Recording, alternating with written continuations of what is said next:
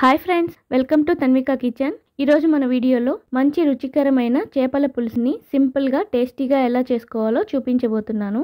నేను చూపించే ఈ మెథడ్లో ఒక్కసారి చేసి చూసారంటే ఏ రకం చేపతోనైనా చాలా రుచిగా టేస్టీగా ఉంటుంది. మరిన్ని ఎమ్మీ అండ్ టేస్టీ రెసిపీస్ కోసం మన ఛానల్ని ఇదివరకు సబ్స్క్రైబ్ చేసుకున్నట్లయితే సబ్స్క్రైబ్ చేసుకోండి. మరి లేట్ చేయకుండా స్టార్ట్ చేసేద్దామా ఇవాల్టి రెసిపీ. ఇక్కడ నేను 1 కేజీ చేపలు తీసుకున్నాను. ఈ చేపల పులుసు కోసం ఫుల్ చేప అంటే తల తోకతో పాటు మొత్తం చేపని తీసుకున్నాను. వీటిని శుభ్రంగా కడగడం కోసం కొద్దిగా కల్లు ఉప్పు, హాఫ్ లెమన్ వేసి ఈ చేపల్ని 3-4 సార్లు శుభ్రంగా కడిగి పెట్టుకున్నామంటే చేపలు నీచు వాసన లేకుండా ఉంటాయి. ఇప్పుడు ఈ చేపల్ని పక్కన పెట్టుకొని ఒక మిక్సీ జార్ తీసుకోవాలి. ఇందులోకి 2 స్పూన్లు జీలకర్ర, 2 స్పూన్లు ధనియాలు, 1 స్పూన్ మెంతులు వేసి మెత్తగా పౌడర్ చేసుకోవాలి.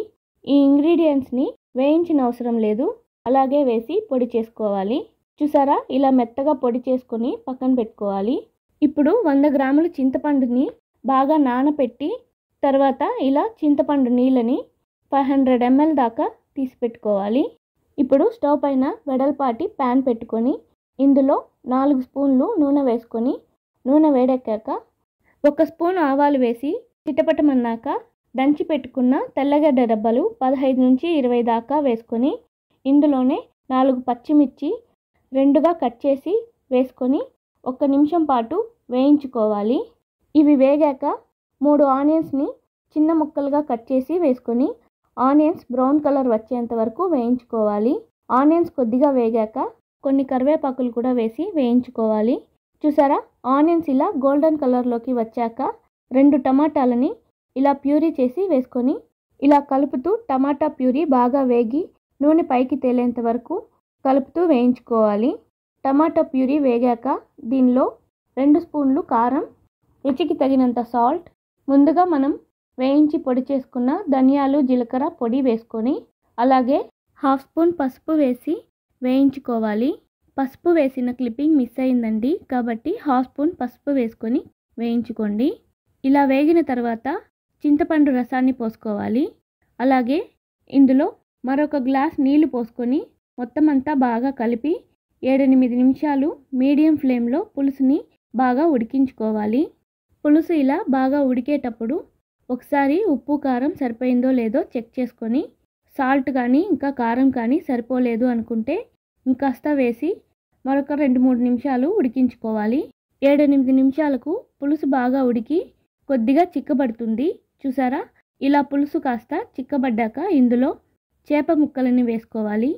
చేప ముక్కలు వేశాక గరిటతో కలుపుకూడదు, ప్యాన్ని ఇలా అటు ఇటు తిప్పుకోవాలి. గరిటతో కలిపామంటే చేప ముక్కలు విరిగిపోతాయి. ఇలా చేప ముక్కలు వేసి కలుపుకొని స్టవ్ని లో ఫ్లేమ్లో పెట్టి మూత పెట్టుకొని 10-15 నిమిషాలు ఉడికించుకోవాలి.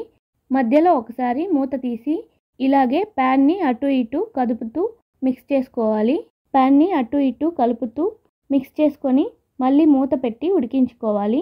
15 నిమిషాలకి చూసారంటే చేప పులుసు చిక్కబడి చేప ముక్కలు కూడా పర్ఫెక్ట్గా ఉడికిపోయాయి. ఇప్పుడు కొద్దిగా కొత్తిమీర వేసి స్టవ్ ఆఫ్ చేసుకోవాలి.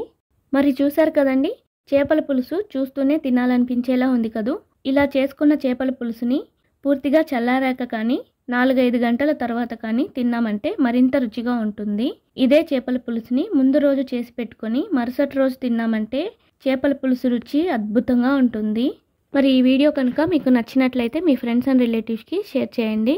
మరిన్ని ఎమ్మీ అండ్ టేస్టీ రెసిపీస్ కోసం మన ఛానల్ని ఇదివరకు సబ్స్క్రైబ్ చేసుకున్నట్లయితే సబ్స్క్రైబ్ చేసుకోండి. పక్కనున్న బెల్ ఐకాన్ ప్రెస్ చేశారంటే నేను పెట్టే ప్రతి వీడియో మీకు నోటిఫికేషన్ వస్తుంది. Thank you for watching.